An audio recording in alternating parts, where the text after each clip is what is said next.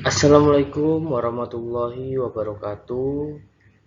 Jumpa lagi dengan saya, Nuansa Bayu Segara, dosen kalian, dalam mata kuliah evaluasi belajar dan pembelajaran pada materi penyusunan soal kognitif level HOTS High Order Thinking Skill yang kedua. Pada hari ini kita akan membahas dua agenda yang tersisa dari minggu sebelumnya, yaitu pada minggu lalu kita telah membahas latar belakang mengapa HOTS dan mengapa harus adanya contextual assessment. Dan yang kedua adalah apakah HOTS itu. Kita minggu yang lalu sudah membahas konsep dari HOTS dan dasar teorinya. Lalu yang ketiga pada hari ini kita akan melihat contoh-contoh soal high order thinking dan juga low order thinking. Saya akan memberikan beberapa contoh terkait dengan hal tersebut. Dan yang keempat adalah langkah-langkah penyusunan. Di sini kita akan membahas mengenai prosedur yang rapi dalam penyusunan soal HOTS, khususnya dalam ranah kognitif. Baik, kita akan masuk ke materi yang ketiga ya. Ini contoh soal IPS. Saya akan memberikan contoh dari C1 hingga C6. Silahkan disimak baik-baik, lalu silahkan dikritisi di kolom komentar. Level 1 yaitu remembering ya. Di sini kita harus mengetahui juga ada istilahnya KKO. Di sini KKO. KKO itu adalah kata kerja operasional. Jadi di dalam setiap ranah kognitif berbagai level itu untuk mempermudah menyiapkan indikator, maka ada istilah KKO, yaitu kata kerja operasional. Nah, kata kerja operasional dalam C1 yang saya buat soalnya ini adalah menyebutkan. Berikut contoh soalnya.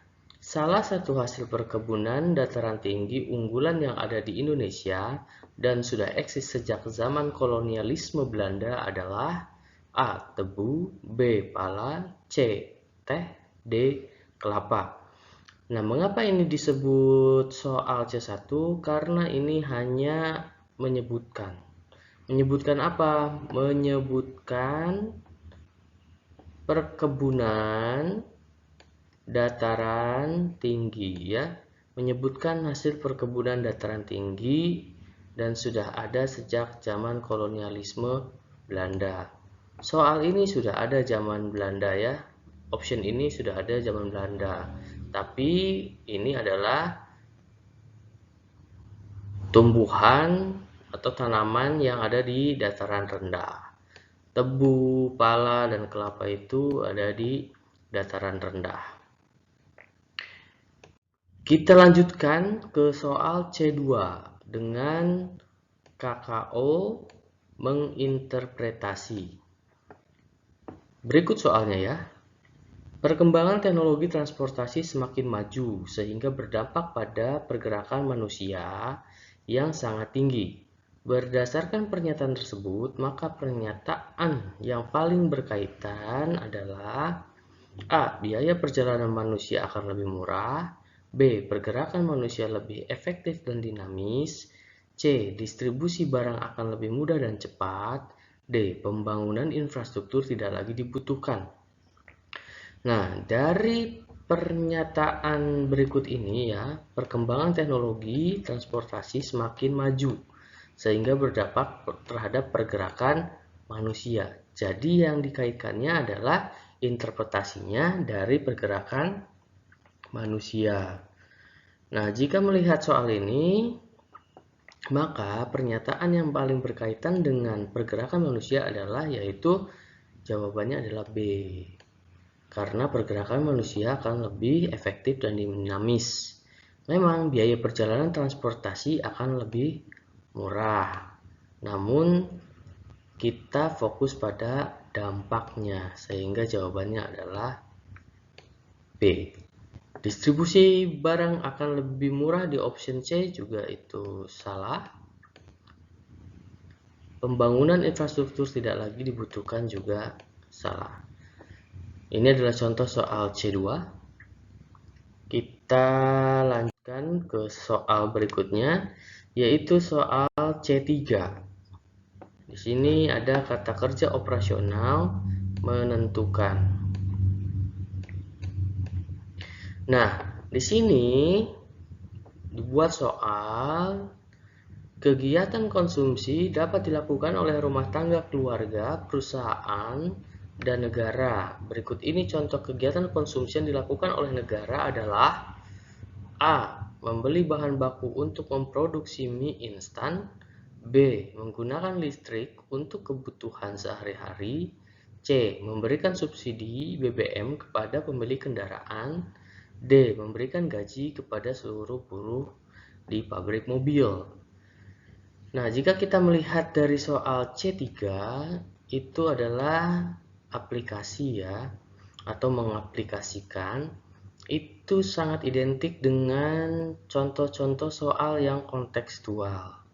Nah, namun baru tahap menentukan saja untuk soal kali ini. Jadi di sini jawabannya adalah C, karena ini adalah kegiatan konsumsi yang dilakukan oleh negara ya. Jadi memberikan subsidi BBM kepada pemilik kendaraan itu adalah tindakan ekonomi yang dilakukan oleh negara. Tidak mungkin keluarga, perusahaan itu atau rumah tangga memberikan subsidi BBM ya. Baik, kita lanjutkan. Jika tadi kita 3 soal pertama adalah berada di level low order thinking skill, kita masuk ke high order thinking skill ya, atau C4. Jika kita mengikuti taksonomi Bloom, ini masuk ke ranah analisis ya. Nah, KKO di sini adalah mengkaitkan. Baik, kita baca soalnya. Secara geologis, Indonesia merupakan zona subduksi yang terbentuk dari 3 lempeng tektonik besar, lempeng Eurasia, lempeng Indo-Australia, dan lempeng Pasifik. Indonesia juga dilalui oleh 2 rangkaian pegunungan besar dunia, yaitu Sirkum Mediteran dan Sirkum Pasifik. Pengaruh langsung kondisi geologis tersebut terhadap kondisi vulkanis Indonesia yaitu A. Merupakan wilayah rawan bencana gempa dan tsunami. B. Memiliki tanah yang subur akibat banyaknya gunung api. C. Tersebar gunung api tipe strato yang masih aktif. D. Munculnya rangkaian pegunungan di Papua yang tinggi. E. Memiliki potensi sumber daya mineral yang tinggi. Nah, ada beberapa kata kunci. Yang pertama adalah zona subduksi akibat dari pertemuan 3 lempeng. Lalu kunci yang kedua adalah pengaruh langsung, dan kunci ketiga adalah kondisi vulkanis. Jadi karakteristik soal high order thinking skill adalah dia mengungkapkan suatu kasus ya, suatu wacana yang perlu dibaca dan dicermati oleh peserta didik secara teliti. Baru setelah ada wacana atau stimulus, ini kita mengungkapkan pertanyaan yang sebenarnya. Nah, dan jawabannya adalah C. Mengapa? Karena zona subduksi atau tumbukan lempeng itu langsung berkaitan dengan pembentukan aktivitas vulkanis, khususnya di Indonesia adalah gunung api tipe strato. Nah, kenapa A itu salah? Karena ini bukan aktivitas vulkanis ya, ini adalah aktivitas tektonik. Lalu memiliki tanah yang subur, ini kan betul, tapi ini bukan dampak langsung dari kondisi geologi, tapi dampak langsung dari kondisi vulkanis. Lalu kenapa tidak munculnya rangkaian pegunungan di Papua yang tinggi? Nah, ini bukan tipe vulkanis karena gunung api di Papua tidak memiliki aktivitas vulkanis ya. Lalu memiliki potensi sumber daya mineral tinggi, memang betul, tapi itu akibat dari adanya aktivitas vulkanis juga. Ini adalah soal C4 analisis contohnya. Kita lanjutkan ke soal berikutnya. Di sini masuk ke C5, jika kita mengikuti taksonomi Bloom, ini adalah ranahnya sintesis ya. Di sini saya membuat soal dengan KKO mengklasifikasikan. Soalnya berikut. Perhatikan beberapa pernyataan berikut ini. 1. Melek terhadap teknologi dan iptek. 2. Angka dependensi rasio tinggi. 3. Pendapatan per kapita tinggi. 4. Angka mortalitas yang tinggi.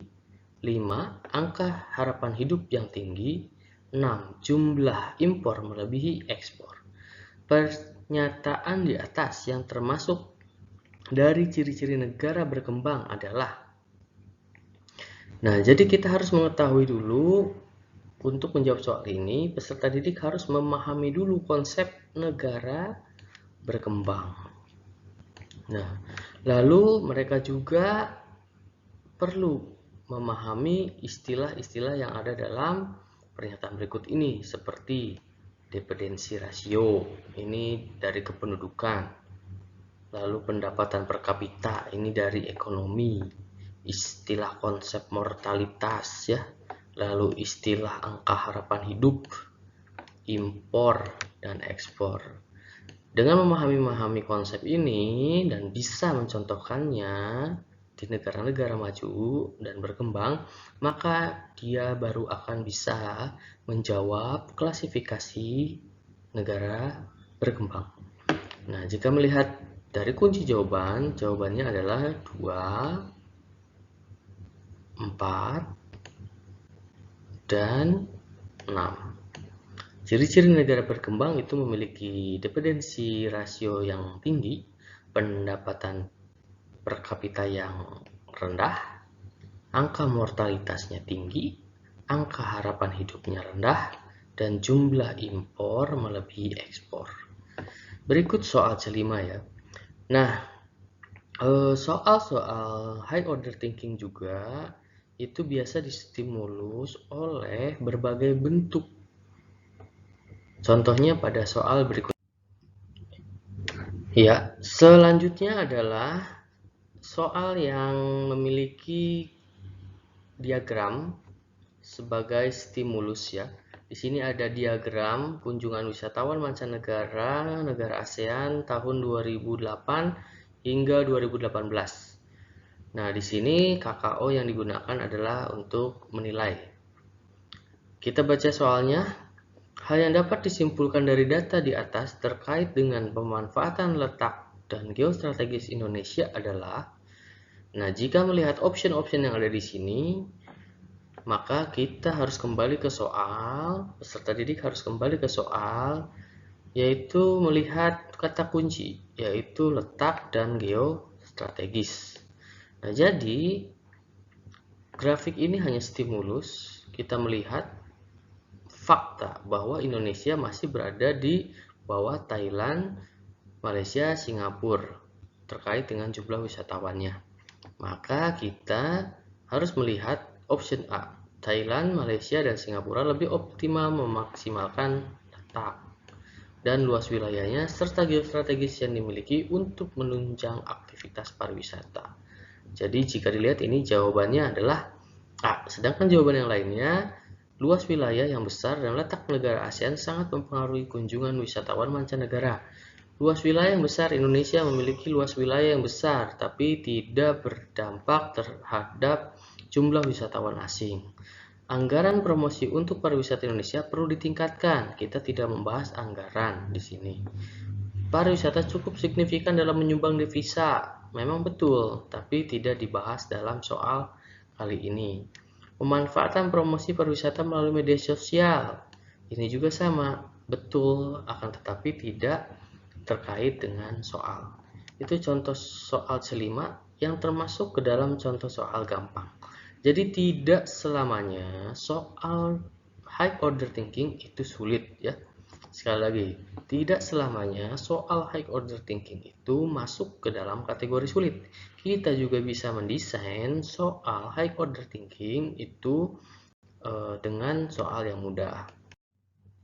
Nah, kita lanjutkan ke contoh soal yang terakhir, C6 ya. Di sini masih menggunakan taksonomi Bloom yang lama, yaitu evaluate, yaitu mengkoreksi. Dengan KKO mengkoreksi. Nah, kita lihat di sini ada sebuah pernyataan dulu ya. Ini namanya stimulusnya.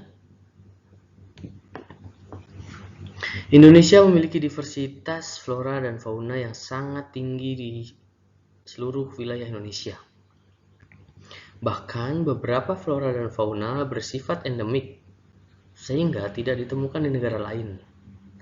Berikut ini pernyataan yang tidak tepat terkait dengan keragaman dan persebaran flora dan fauna di Indonesia adalah, jadi di sini kita memberikan informasi juga, memberikan konsep bahwa endemik itu apa gitu ya, sehingga meskipun peserta didik tidak mampu menjawab soal, tapi mereka tahu istilah endemik. Konsep endemik itu tidak ditemukan di negara lain atau wilayah lain.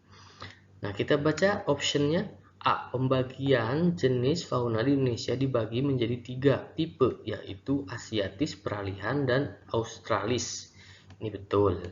Garis Wallace merupakan garis imajiner yang memisahkan fauna bertipe Asiatis dan Peralihan.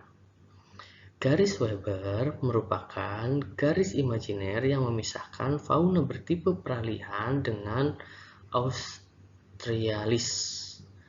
Formasi vegetasi savana hanya terdapat di provinsi NTT dan NTB dan NTT saja. Rafflesia arnoldii merupakan flora endemik Indonesia yang bersifat parasit. Nah, kita lihat. Ini sebetulnya pernyataannya sangat kompleks dan membutuhkan pengetahuan juga.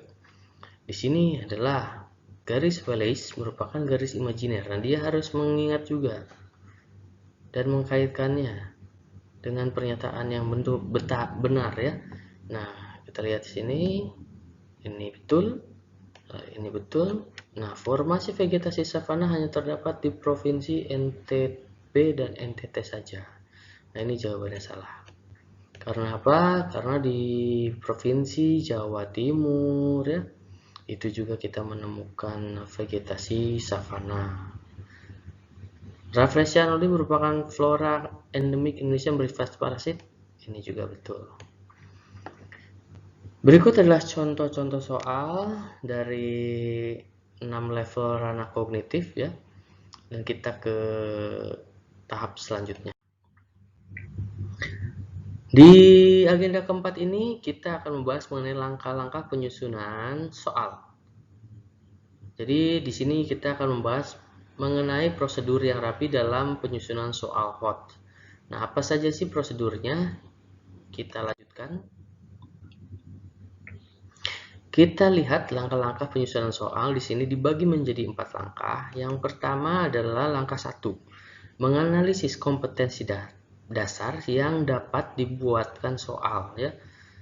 Jadi kita menganalisis dulu kompetensi dasar mana yang mau kita buat soalnya. Lalu langkah kedua, menyusun kisi-kisi soal. Nah, di sini kita akan menyusun kisi-kisi soal. Ada format tertentu untuk mempermudah guru dalam menyusun kisi-kisi soal. Lalu yang ketiga, menulis butir pertanyaan sesuai dengan kisi-kisi soal. Jadi jangan sampai ketika kita sudah membuat kisi-kisi soal, untuk membuat butir pertanyaannya tidak sesuai dengan kisi-kisi soal. Jadi apalah artinya kita sudah membuat kisi-kisi soal kalau kisi-kisinya tidak digunakan. Kita lanjut. Nah, yang terakhir adalah membuat pedoman penilaian atau kunci jawabannya. Nah, jadi di sini harus ada kunci jawabannya. Jangan sampai gurunya sendiri nanti lupa terhadap jawabannya. Atau untuk soal yang sifatnya esai itu harus dibuat pedomannya. Pedoman penilaiannya berupa rubrik ya. Kita lanjutkan. Berikut ini adalah contoh kisi-kisi soal ya. Kita tulis misalnya IPS ya, di sini mata pelajarannya. Lalu guru mapelnya ditulis siapa. Nah, di sini ada nomor 1, kompetensi dasarnya, materinya apa, kelas berapa, indikator soal. Nah, kalian harus belajar membuat indikator soal. Indikator soal itu juga menggunakan KKO ya. Jadi diawali dengan KKO atau biasanya dengan subjek ya. Peserta didik mampu misalnya mengidentifikasi jenis-jenis hewan asiatis, itu contohnya untuk soal C1 ya. Lalu level kognitifnya dituliskan misalkan C4, bentuk soal PG ya, PG atau esai ya, itu disilakan. Nah, ini soal nomor berapa? Itu bentuknya, formatnya silahkan Anda pelajari. Dan hari ini juga saya akan menugaskan Anda untuk membuat kisi-kisi soal ya, yang sesuai dengan KD dan aktivitas belajar yang sudah dibagi oleh penanggung jawab kelas. Kita lanjutkan. Berikut ini ada hal-hal penting yang perlu diperhatikan dalam menulis soal HOTS. Yang pertama adalah pilih materi yang sesuai dengan indikator soal, disebut stimulus. Periksa materi stimulus, apakah stimulus ini bermanfaat ya? Apakah merefleksikan kurikulum? Jadi tidak semua indikator-indikator soal itu perlu dibuatkan soal jika tidak merefleksikan kurikulum. Lalu apakah menarik, relevan, atau cocok? Nah, ini juga sangat krusial ya. Kalau tidak menarik, tidak relevan, dan tidak cocok, saya rasa tidak perlu dibuatkan soal. Pertanyaan penting apa yang dapat diidentifikasi dari stimulus? Jadi dari stimulus itu maka muncul pertanyaan yang dapat diidentifikasi. Selanjutnya adalah HOTS. Ini untuk khusus HOTS ya. Itu perlu melihat level menganalisis, mengevaluasi, dan mengkreasi. Atau boleh juga masih terpaku pada taksonomi Bloom, menganalisis, mensintesis, dan mengevaluasi dan mensintesis ya. Boleh. Lalu soal pilihan ganda dapat memuncul dari pertanyaan HOTS. Jadi bukan tidak mungkin seperti yang saya contohkan tadi bahwa soal pilihan ganda itu tidak bisa dijadikan soal yang level high order thinking, tapi bisa juga ya. Dan yang terakhir adalah untuk mendapatkan soal PG yang baik. Yang pertama ekstensif, menjangkau secara luas. Jadi sifatnya itu bersifat luas ya. Lalu ketat, dibuat secara teliti, cermat, dan rapi sehingga tidak terjadi kesalahan-kesalahan konsep dan juga mispersepsi antar pembuat soal dengan penjawab atau peserta didik. Nah, bagaimana menyusun stimulus soal HOTS? Yang pertama, untuk menyusun stimulus, pilihlah beberapa informasi dapat berupa gambar, grafik, tabel, wacana. Bisa kita kutip dari artikel-artikel populer bisa, atau fenomena-fenomena sosial yang ditulis dari berbagai macam media, kita bisa, yang memiliki keterkaitan dalam sebuah kasus ya. Yang kedua, B, stimulus hendaknya menuntut kemampuan menginterpretasi, mencari hubungan, menganalisis, menyimpulkan, atau menciptakan. Ini sesuai dengan karakteristik high order thinking ya. Jadi carilah stimulus yang sekiranya bisa membuat peserta didik untuk berpikir, untuk menginterpretasikan, mencari hubungan, menganalisis, atau nantinya menyimpulkan, atau bahkan nanti akan menciptakan suatu konstruksi. konsep misalnya, boleh. Lalu yang ketiga, pilihlah kasus permasalahan kontekstual dan menarik, terkini, ya, yang terkini, jadi yang faktual, untuk memotivasi peserta didik membaca. Jadi sekaligus bukan membudidaya, emang ikan ya, membudayakan literasi, ya, membudayakan literasi. Jadi sekaligus kita mengukur kompetensi mereka, kita juga membudayakan literasi mereka, dan tidak hanya membaca, tapi juga memaknai apa yang dia baca. Selanjutnya, terkait langsung dengan pertanyaan atau pokok soal, artinya berfungsi gitu ya. Jadi si stimulus itu juga terkait, nah, harus terkait dengan apa yang akan ditanyakan. Baik, saya rasa cukup ya. Untuk pertemuan hari ini sudah cukup panjang, durasi videonya hampir 27 menit ya.